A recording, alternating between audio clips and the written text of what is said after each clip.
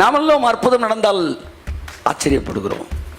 ஆனால் உண்மை என்னவென்றால் அற்புதம் நடக்காவிட்டால் தான் நீங்கள் ஆச்சரியப்பட வேண்டும்.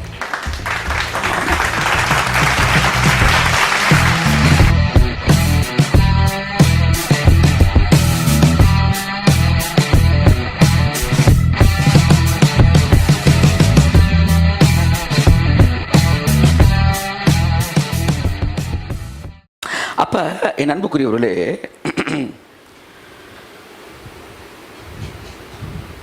விசுவாச உடனே தானா நடக்கணும் அப்படின்னா 7 நாள் ஒன்றும் நடக்கலை, அதனால் அது அவிசுவாசமா இல்லை. அந்த 7 நாளைக்கு பைபிள் எப்படி பதில் சொல்லுதுன்னா, விசுவாசத்தினாலே 7 நாள். எல்லாம் சொல்லுங்க. எதை கோடு போடணும்? விசுவாசத்தினாலே கோடு போடுங்க. அடுத்து சேர்த்து வாசிங்க. திரும்ப சொல்லுங்க, திரும்ப சொல்லுங்க. ஆமாம், எதுக்கு பயப்படுறீங்க? விசுவாசத்தினாலே 1 வருஷம், விசுவாசத்தினாலே 2 வருஷம், விசுவாசத்தினாலே 4 வருஷம். அப்படி தான் பைபிள் ஒன்று சொல்லுது. ஸோ இந்த ஃபெய்த் லெவலில் இந்த டைமிங் கூட கூட உங்களுக்கு மெடல் கூடிக்கிட்டே வருது. 7 நாள் சுற்றி வந்தார்கள். உன் வாழ்க்கையிலே இன்றைக்கும் இடிந்து விழாத தடைகள் இருக்கலாம். ஒன்று மாத்திரம் நன்றாக தெரிந்து கொள்ளுங்கள், நீங்கள் விசுவாசத்தில் இருப்பீர்கள் என்றால் அது 7 நாள் ஆனாலும் அது விழுந்துதான் ஆக வேண்டும். கடைசி நிற்க போகிறது நீங்கள் தான் மகிழ்கிறீர்கள். ஆமென் சொல்லுவோம். அப்போ எதற்காக 7 நாட்கள் நமக்கு தேவைப்படுகிறது என்பது கொஞ்சம் நேரம் நான் பேச விரும்புகிறேன். விசுவாசம்னாலே அதில் 7 நாள் ஆகும். 7 நாள் ஆனால் அதுக்கு பேர் விசுவாசம் இல்லைன்ற இடத்துக்கு நீங்கள் வரவே கூடாது. உங்கள் வாழ்க்கையில் ஒரு விஷயம் ஜோம் பண்ணியிருக்கிறீங்க, ஒரு மாற்றம் இல்லை சார், இப்போ நீங்கள் விசுவாசத்தில் இருக்கிறீங்க. மாற்றம் நடக்காவிட்டாலும் ஆமாம், நான் புரியுது உங்களுக்கு. நீங்கள் போய் சோளத்தை வச்சோன்னா சோள பொரியாகலையே, மூடிட்டு 10 நிமிஷம் வெயிட் பண்ணுறீங்களே, 5 நிமிஷம் திறந்து பார்த்தீங்கன்னா சோளமாக தான் இருக்கும், பொரியாக இருக்காது. 2 நிமிஷத்தில் திறந்து பார்த்தா சோளமாக தான் இருக்கும். ஆனால் இந்த 2 நிமிஷத்துக்குள்ளே ஏகப்பட்ட ஹீட்டு உள்ளே ஏறி இருக்கு. அப்படி தான் வெளியில் நடக்காத மாதிரி இருக்கும், ஆனால் உள்ளே ஏகப்பட்ட மேட்டர் நடந்திருக்கு.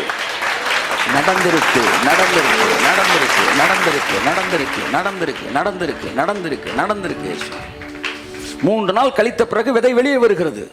3 நாள் கழித்து விதை முளைக்கல, 2 நாள் உள்ள வளர்ந்துச்சு, 3ஆவது நாள் வெளியே வந்துச்சு. ஆமாம், இயேசு கூட ஒரு மரத்தை சபிச்சாராங்க, ஒன்றுமே நடக்கலைங்க, ஒன்றுமே. அப்படிதான் பைபிள் சொல்லுது. அவர்கள் போயிட்டு அடுத்த நாள் திரும்பி வந்தாங்க பாருங்க. அப்போ தான் பட்டு போயிருந்ததே பார்த்து பேதுரு சொல்கிறான், ஐயா நீங்கள் செபிச்சு நடந்துருச்சியா அப்படின்ற மாதிரி. டே நீ பாஸ் ஆகிட்டடான்ற மாதிரி. நல்லா படிக்கிற போது இப்படி சொன்னால் எப்படி இருக்கும்? டே நீயும் பாஸ் ஆகிட்டடா. அட்டா பாவி, நாங்களாம் ஸ்டேட் ஃபஸ்ட்டா.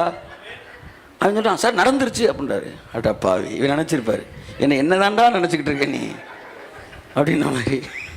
சார் நடந்துருச்சு சார் நீ சொன்னது. நாமெல்லாம் அற்புதம் நடந்தால் ஆச்சரியப்படுகிறோம். ஆனால் உண்மை என்னவென்றால் அற்புதம் நடக்காவிட்டால் தான் நீங்கள் ஆச்சரியப்பட வேண்டும். ஆமென். அடுத்த நாள் தான் நடந்துச்சு. அடுத்த நாள் நடக்கலை, அவர் சொன்னப்பவே நடந்துருச்சு. அடுத்த நாள் தெரிஞ்சிச்சு. நீங்க ஜெபிச்சப்பவே முடிஞ்சிருச்சு. அடுத்த நாள் தெரியுது இயேசு. ஏனென்றால் வேதம் தெளிவாய் சொல்கிறது, ஜெபங்களில் எவைகளை கேட்டுக்கொள்கிறீர்களோ அதை கேட்கின்ற போதே நீங்கள் பெற்றுக்கொள்கிறீர்கள். புரியுதா உங்களுக்கு?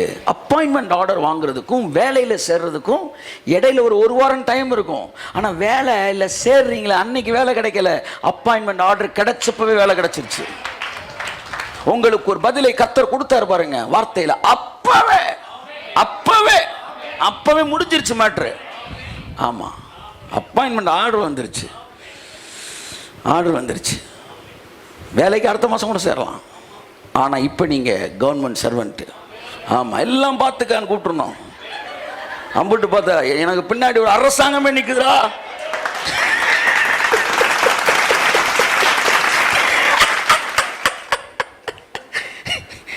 எல்லாத்துக்கும் ஒருத்தர் நமக்கு எக்ஸாம்பிளுக்குன்னு இருக்கிறான் இவளை.